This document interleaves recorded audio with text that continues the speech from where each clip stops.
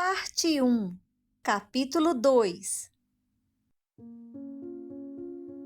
Assim que colocou a mão na maçaneta da porta, Winston viu que deixara o seu diário aberto em cima da mesa, preenchendo a página inteira em letras garrafais, as linhas de "Abaixo, grande irmão" quase podiam ser lidas do outro lado da sala.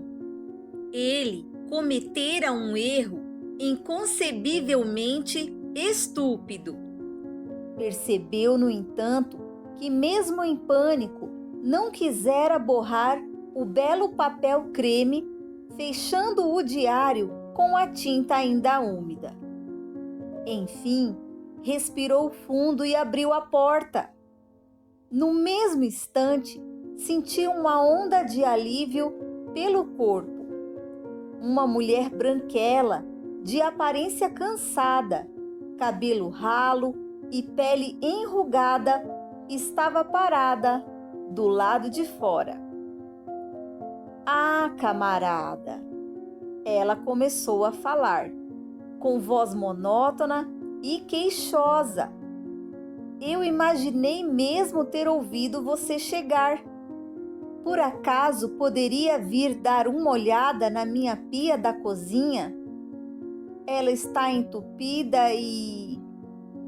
Era a senhora Parsons, esposa de um vizinho do mesmo andar. Senhora era um termo que vinha sendo descontinuado pelo partido. O ideal seria chamar todo o mundo de camarada. Mas, para se referir a certas mulheres, o seu uso era ainda quase instintivo. Ela devia ter uns 30 anos, mas parecia bem mais velha. Dava a impressão de acumular poeira entre as rugas. Winston a seguiu pelo corredor. Esses concertos amadores eram uma molação quase diária. O Mansões Vitória era um edifício antigo, erguido por volta de 1930, e estava todo caindo aos pedaços. O reboco do teto e das paredes vivia despencando. O encanamento rompia com qualquer geada mais forte. Surgiam goteiras sempre que nevava um pouco. O sistema de aquecimento costumava operar a baixa potência. Isso quando não era desligado por razões de economia.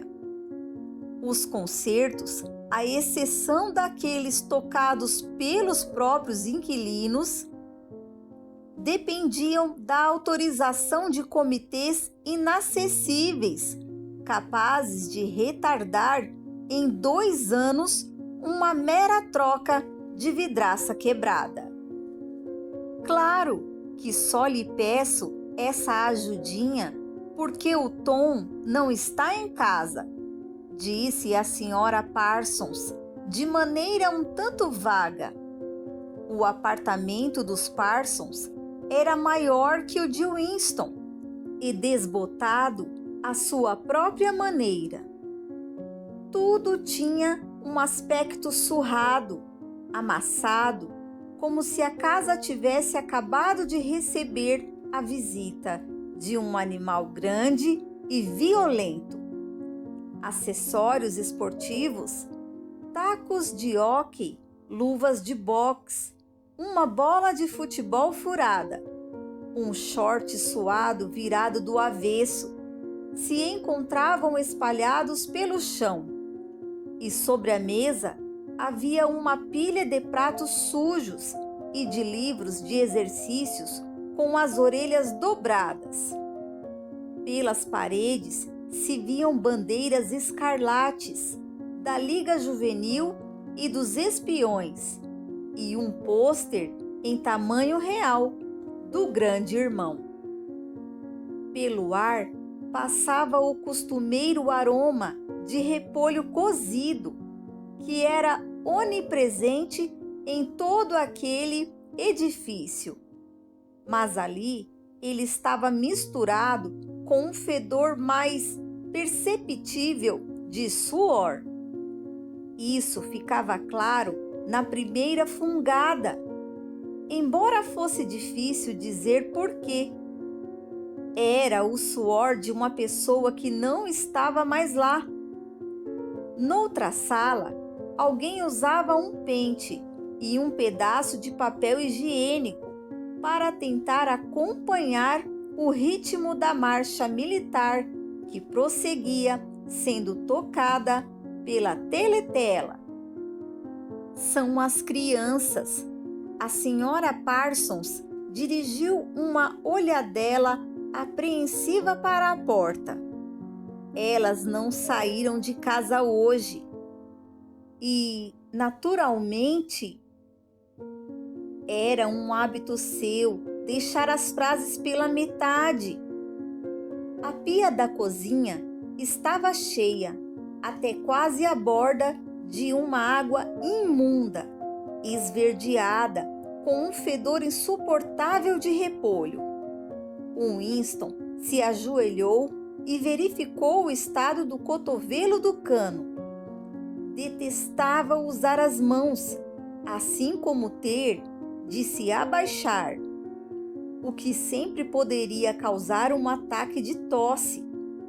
A senhora Parsons ficou apenas observando, sem ideia do que fazer.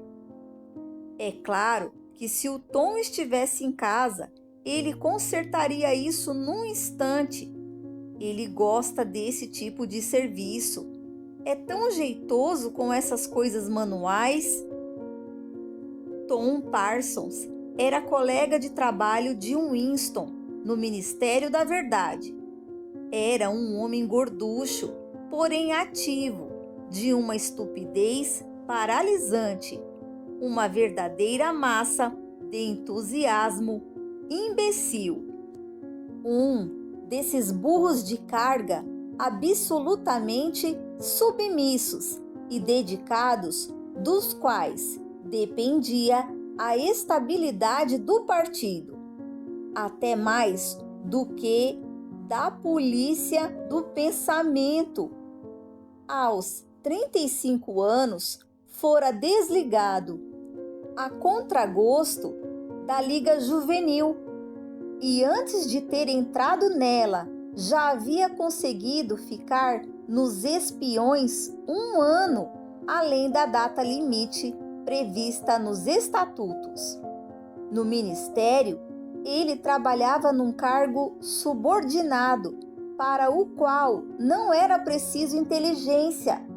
Por outro lado, era uma figura proeminente no comitê esportivo, assim como em todos os demais comitês responsáveis pela organização de caminhadas comunitárias, manifestações espontâneas, campanhas de economia e atividades voluntárias em geral.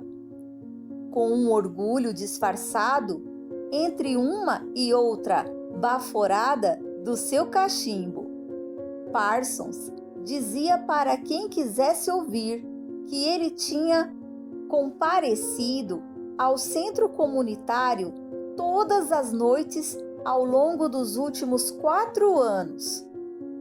Um tremendo mau cheiro de suor, uma espécie de testemunho inconsciente da dureza da sua vida, o seguia por toda a parte e continuava no ambiente mesmo após ele ter saído.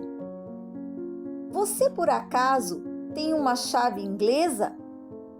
Perguntou Winston, tentando desenroscar o cotovelo do cano. Uma chave inglesa? Repetiu a senhora Parsons, aparvalhada. Não sei não. Quem sabe as crianças? Seguiu-se um estrondo de botinadas no chão e outro estouro no armário. quando as crianças surgiram correndo pela sala. A senhora Parsons trouxe a chave inglesa. Winston deixou escorrer a água do encanamento e, com nojo, retirou o chumaço de cabelo humano que entupia o cano. Lavou as mãos o melhor que pôde na água fria da torneira e retornou à sala. "Mãos ao alto!" gritou uma voz selvagem. Um garotinho bonito, de uns 9 anos, com cara de encrenqueiro, surgira de trás da mesa e agora o ameaçava com uma pistola automática de brinquedo. Por sua vez, a sua irmãzinha, cerca de 2 anos mais nova, o imitava empunhando um pedaço de madeira. Ambas as crianças vestiam calções azuis, camisetas cinza e os lenços vermelhos de amarrar no pescoço, que faziam parte do uniforme dos espiões. Winston ergueu as mãos acima da cabeça, mas não sem sentir uma intuição incômoda. O jeito que o menino falava era tão perturbador que a coisa toda já não se parecia com uma mera brincadeira. "Você é um traidor!" o pequeno berrou. "É um criminoso do pensamento, um espião eurasiano. E eu vou te matar, vou te vaporizar, vou te mandar para as minas de sal." De repente, as 2 crianças, pois a garotinha imitava tudo que o irmão fazia, passaram a saltar em torno dele, aos berros de traidor e criminoso do pensamento. Era algo um tanto apavorante, como ver as brincadeiras de tigrinhos que logo iriam crescer e se tornar devoradores de homens. Nos olhos do menino era possível notar uma espécie de ferocidade calculista, um desejo mais do que evidente de socar ou dar um pontapé em Winston, e a consciência de ter quase o tamanho necessário para tal. A Winston ocorreu o quão afortunado era por não haver uma pistola de verdade nas mãos do garoto. O olhar da senhora Parsons saltava nervosamente de Winston para as crianças e então de volta para ele. Sob a luz mais forte da sala, ele reparou, até com certo interesse, que de fato havia poeira nas rugas do seu rosto. "Eles faziam uma tremenda bagunça", disse ela. "Estão desapontados porque não puderam ver o enforcamento. É isso. Eu não tenho tempo para levá-los. E Tom não vai chegar a tempo do trabalho." "Por que a gente não pode ir ao enforcamento?" perguntou o garoto com seu vozeirão. "Quero ver o enforcamento! Quero ver o enforcamento!" cantarolou a garotinha sem parar de saltitar pela sala toda. Alguns prisioneiros eurasianos, criminosos de guerra, seriam enforcados no parque naquela noite. Isso ocorria uma vez por mês e era um grandioso espetáculo popular. As crianças sempre pediam aos pais que a levassem para assistir. Winston se despediu da senhora Parsons e se dirigiu à porta, mas mal dera meia dúzia de passos pelo corredor, quando algo o acertou na nuca. Uma pancada bem dolorida. De fato, foi como se ele tivesse sido atingido por um arame em brasa. Winston se virou a tempo de ver a senhora Parsons arrastando o filho para dentro do apartamento, enquanto o menino metia um estilingue no bolso. Goldenstein! Gritou o garotinho antes de sua mãe fechar a porta. No entanto, o que mais impressionou Winston foi o olhar de pavor impotente estampado no rosto cinzento daquela mulher. De volta ao seu apartamento, ele passou rapidamente diante da teletela e tornou a sentar-se à mesa, ainda massageando a nuca dolorida. A música da teletela havia cessado. Fora substituída por uma voz militar que lia, com certo prazer, uma descrição dos armamentos da nova fortaleza flutuante que acabara de ser ancorada no mar entre a Islândia e as Ilhas Faroe. Com crianças como aquelas, pensou Winston, aquela mulher miserável devia levar uma vida aterrorizante. Após 1 ou 2 anos, elas começariam a vigiá-la, dia e noite, em busca do menor sintoma de heterodoxia. Naqueles dias, quase todas as crianças eram horríveis. O pior de tudo que era que, quando a ajuda de organizações como a dos espiões, elas eram sistemicamente convertidas em pequeninos selvagens incontroláveis, mas nunca ao ponto de demonstrarem a mínima inclinação a se rebelarem contra a disciplina do partido. Ao contrário, elas adoravam o partido e tudo que tinha ligação com ele. As canções, os desfiles, as bandeiras, as marchas, os exercícios com rifles de madeira, os gritos de palavras de ordem, a veneração ao grande irmão. Tudo isso era, para elas, como uma espécie de jogo eletrizante. Toda a sua ferocidade era colocada para fora, direcionada contra os inimigos do Estado, contra os estrangeiros, os traidores, os sabotadores, os criminosos do pensamento. Era quase que natural que os pais com mais de 30 anos tivessem algum medo dos próprios filhos.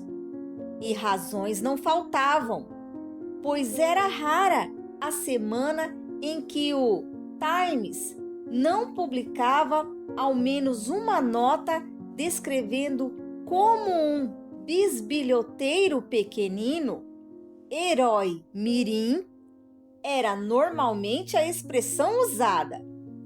Ouvira algum comentário comprometedor vindo dos pais e os denunciou à polícia do pensamento. A ferroada do estilingue já não doía mais. Winston apanhou a caneta sem muito ânimo, perguntando a si mesmo se encontraria mais alguma coisa relevante para registrar no diário. De repente, voltou a pensar em O'Brien. Alguns anos atrás, quantos? Deveria ser em torno de uns 7. Ele sonhara que caminhava num quarto completamente escuro e alguém que estava sentado ali perto disse-lhe quando Winston passou por ele. Ainda nos encontraremos lá, onde não há escuridão. E isso foi dito baixinho, de maneira praticamente casual. Era uma afirmação, não uma ordem. E Winston seguia em frente, sem se deter. O curioso é que naquela época, naquele sonho, aquelas palavras não lhe causaram nenhuma impressão em especial. Somente tempos depois, aos poucos, é que elas começaram a adquirir algum significado para ele.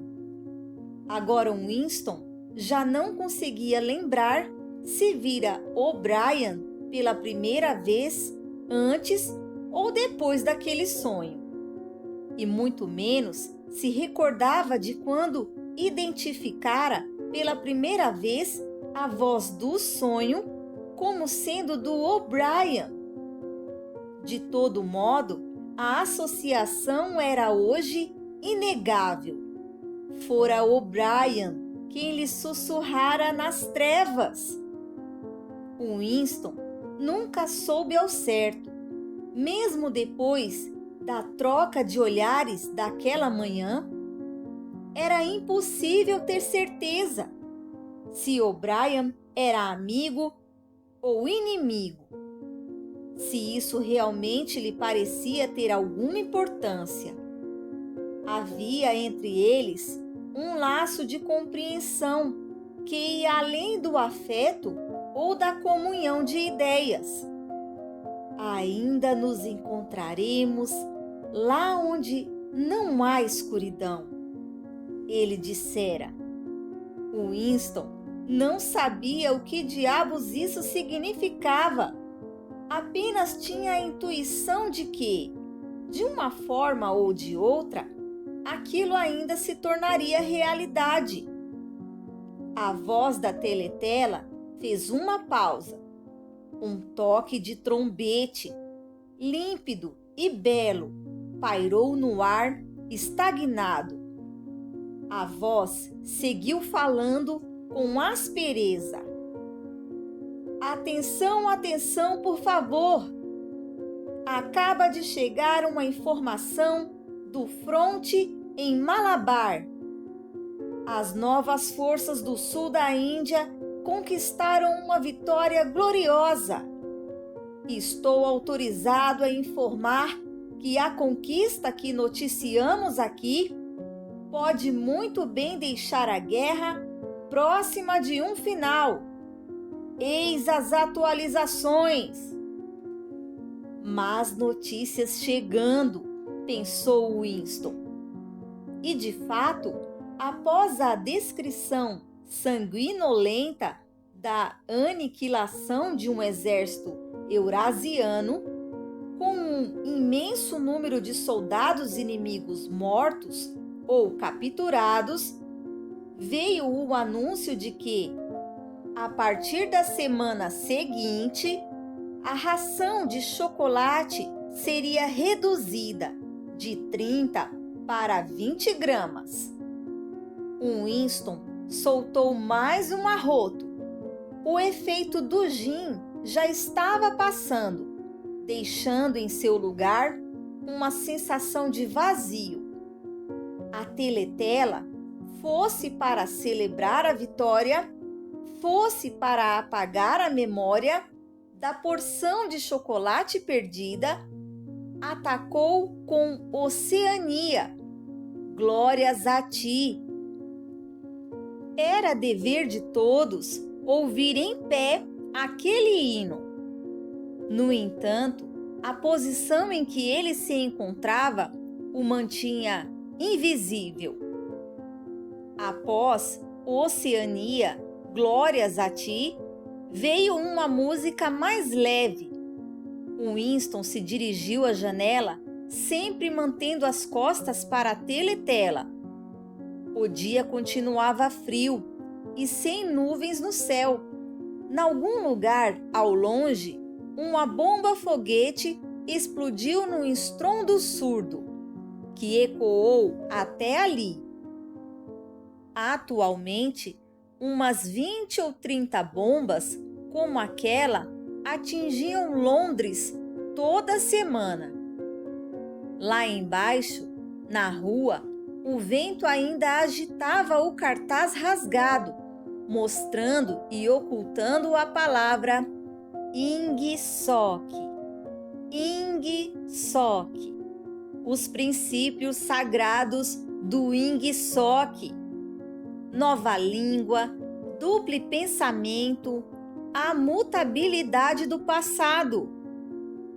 Winston tinha a sensação de estar perambulando pelas florestas do fundo do mar, perdido no mundo monstruoso, onde ele mesmo era um monstro. Estava completamente só, o passado morto, o futuro inimaginável. Que certeza ele poderia ter de que naquele momento um ser humano, uma pessoa que fosse, estaria do seu lado? E como saber se o domínio do partido não persistiria para sempre? Como uma resposta, ressurgiram na sua mente os 3 lemas estampados na fachada branca do Ministério da Verdade: guerra é paz, liberdade é escravidão, ignorância é força. Tirou do bolso uma moeda de 25 centavos. Ali também, em letras minúsculas, porém bem legíveis, se achavam gravadas as mesmas frases, e do outro lado da moeda havia a cabeça do grande irmão.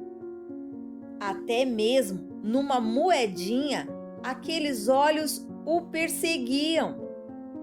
Nas moedas, nos selos, nas capas dos livros, em bandeiras, em cartazes e até nos maços de cigarro, em toda a parte, sempre aqueles olhos a encará-lo e a voz a envolvê-lo. Dormindo ou acordado, trabalhando ou comendo, dentro ou fora de casa, no banheiro ou na cama, não havia escapatória, exceto pelos poucos centímetros que cada um possuía no seu próprio crânio. Nada mais era realmente uma propriedade individual. O sol avançou pelo céu e pela sombra. As infindáveis janelas do Ministério da Verdade pareciam tão sinistras quanto as seteiras de uma fortaleza medieval. O coração de Winston bateu descompassado diante daquele imenso vulto em forma de pirâmide. O edifício era basicamente inexpugnável, de tão sólido. Não havia como tomá-lo de assalto. Nem mesmo 1000 bombas foguetes seriam capazes de reduzi-lo a escombros. Winston voltou a se perguntar para quem estaria escrevendo aquele diário. Para o futuro, para o passado, para alguma época inimaginária, talvez. E diante dele se revelava não a morte, mas o aniquilamento. O diário seria reduzido a cinzas e ele vaporizado. Encontraria leitores somente dentro da polícia do pensamento, antes de ser eliminado da existência e da memória. Como ele poderia pedir socorro ao futuro quando nem um mísero rastro da sua vida, nem mesmo uma palavra anônima rabiscada num pedaço de papel, teria alguma esperança de sobrevivência física? A teletela anunciou que eram 14 horas. Precisava sair em 10 minutos. Tinha de estar de volta ao trabalho às 14h30. Curiosamente, a marcação das horas pareceu-lhe conferir um ânimo renovado. Winston não passava de um fantasma solitário, afirmando uma verdade que ninguém jamais poderia ouvir. Mas, enquanto ela continuasse sendo afirmada, de algum modo estranho, a continuidade da sua existência não seria rompida. Afinal, não era somente por se fazer ouvida, mas, sobretudo, pela preservação da própria sanidade mental, que uma pessoa era capaz de transmitir à sua herança humana. Assim, ele retornou à mesa, molhou a sua pena e escreveu: ao futuro ou ao passado, há um tempo em que o pensamento seja livre, em que os homens possam ser diferentes uns dos outros, em que não sejam tão solitários. Há uma época em que a verdade exista e em que o que for feito não possa ser desfeito. Saudações da era da uniformidade, da era da solidão, da era do grande irmão, da era do duplo pensamento. Ele já estava mesmo morto, refletiu, mas lhe pareceu que somente ali, após começar a ser capaz de formular as suas ideias, que o passo decisivo fora dado.